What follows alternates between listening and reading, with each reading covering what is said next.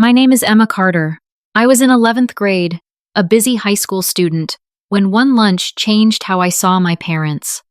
I thought we were fine. I was wrong. My days were simple. School in the morning, friends in the afternoon, homework at night. I never felt different from anyone else. I had lunch money in my bag. I had a small weekly allowance. I believed we were like other families. We were not rich, but we were okay. At least, that was what I thought. Now, years later, I can still see that day clearly.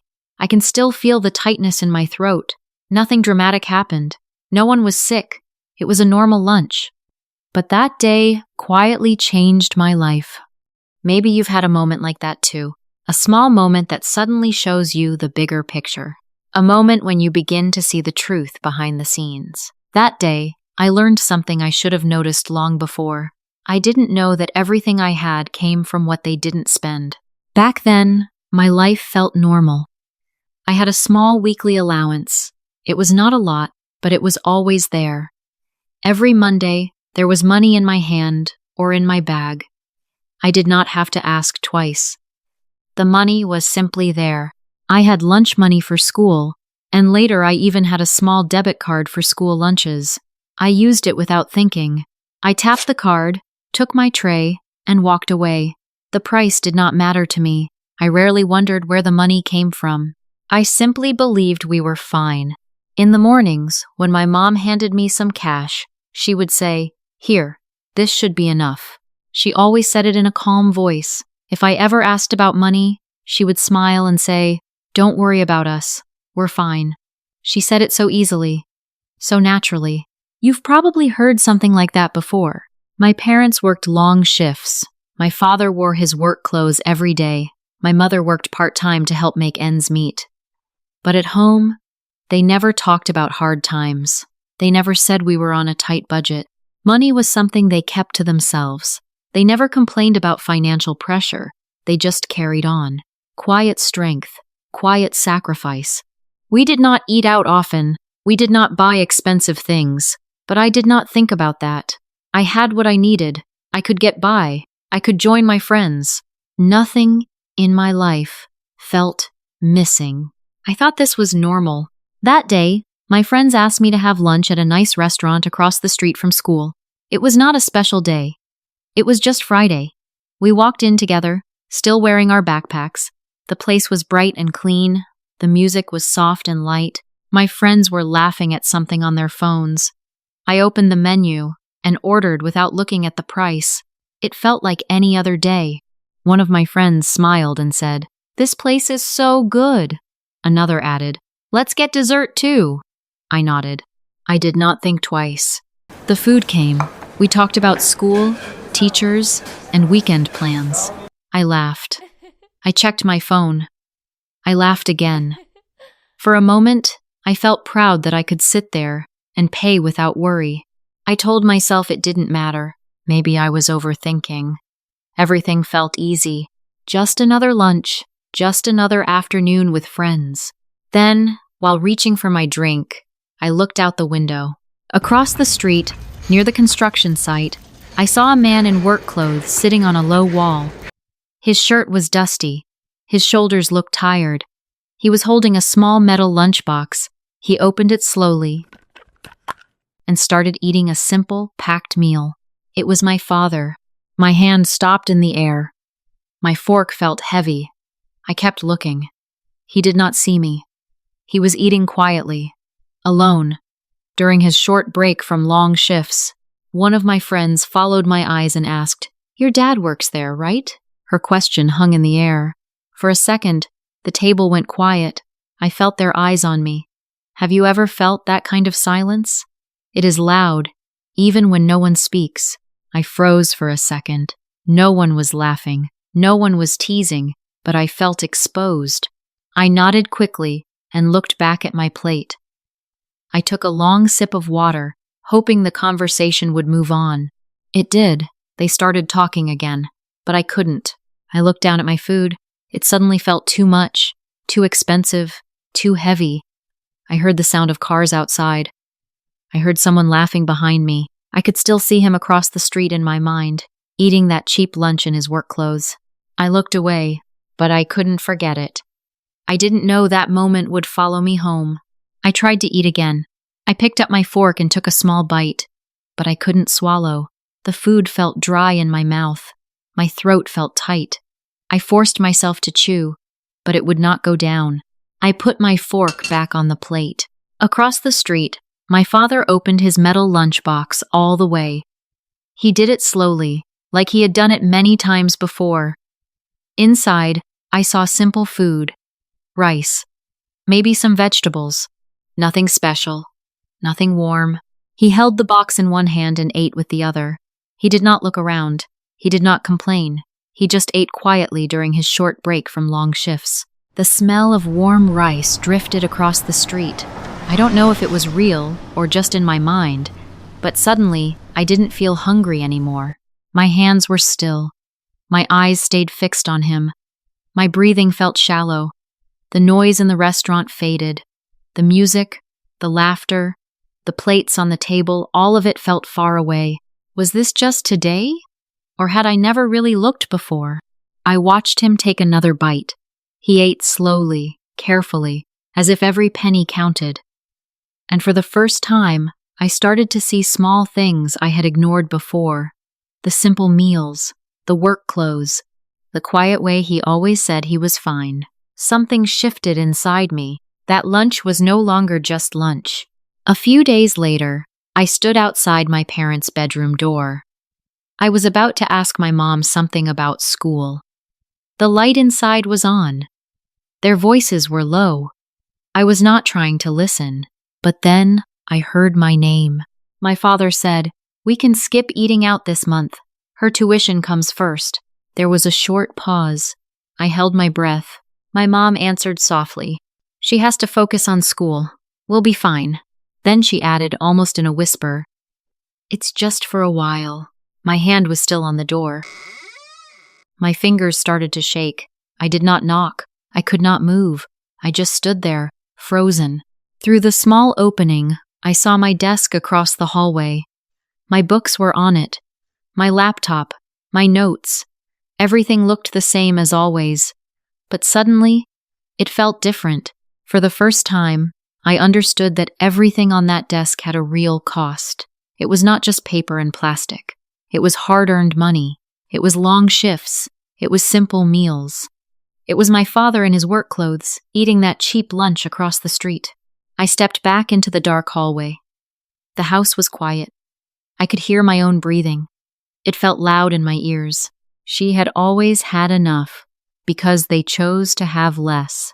For the first time, I understood that the cheap lunch was not about money.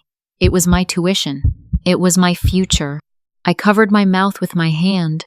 Tears filled my eyes, but no sound came out. That's when it hit me. That night, I could not sleep. I lay in my bed and stared at the ceiling. The room was dark, but my mind was loud. Every time I closed my eyes, I saw my father across the street in his work clothes. I saw the cheap lunch in his hands. I heard my mom's voice again. "We'll be fine." The words did not sound the same anymore. After a while, I got up and walked into the kitchen for some water. The house was quiet. The clock on the wall ticked softly. I tried not to make noise. On the counter, I saw my father's metal lunchbox. It was closed, but there were small scratches on the lid. I had seen it many times before. I had never really looked at it. I opened the fridge. Inside, there were simple things: rice in a small container, eggs, leftovers in plastic boxes. Nothing special, just enough. I stood there for a long time, holding the fridge door. The cold air touched my face. My chest felt heavy. I swallowed hard. I did not need anyone to explain anything to me. The kitchen was saying, "Enough." That was when the truth started to sink in. I began to see things I had never noticed before. The next morning, nothing looked different. The house was the same, the street was the same, but I was not the same. I stood in front of the mirror and took a slow breath. I said to myself, very quietly, I couldn't live the same way anymore. I couldn't keep pretending everything was normal. It wasn't only about guilt. Yes, I felt ashamed that I had never asked where the money came from, but it was more than that. It was about direction. I had seen the real cost behind small choices. I had begun to understand what was under the surface. After that, I began to cut back. When my friends wanted to eat out, I sometimes turned down the invitation. I stopped asking for things I didn't truly need. Slowly, I packed my own lunch some days. Simple food, nothing special. I paid more attention to prices. Every penny counts, I told myself. One afternoon, a friend looked at me and asked, "Why didn't you order?" I smiled a little and said, "I'm good." That was all. No long explanation. Growing up isn't loud. Sometimes it's quiet. When you start noticing, you can't go back. That cheap lunch was no longer just a moment across the street. It became a compass for my life. Years later, my life looked very different, but the road was not easy. After college, I applied for an internship I really wanted. I thought I was ready. I thought I worked hard enough. Then I got the email. I read it once, then again, then a third time. I had been rejected. I stared at the screen for a long time. My hands felt cold. For a moment, I wanted to give up. I felt like I was falling behind while everyone else was moving forward. I closed my laptop and sat there in silence. That night, I remembered the cheap lunch across the street. I saw my father in his work clothes again.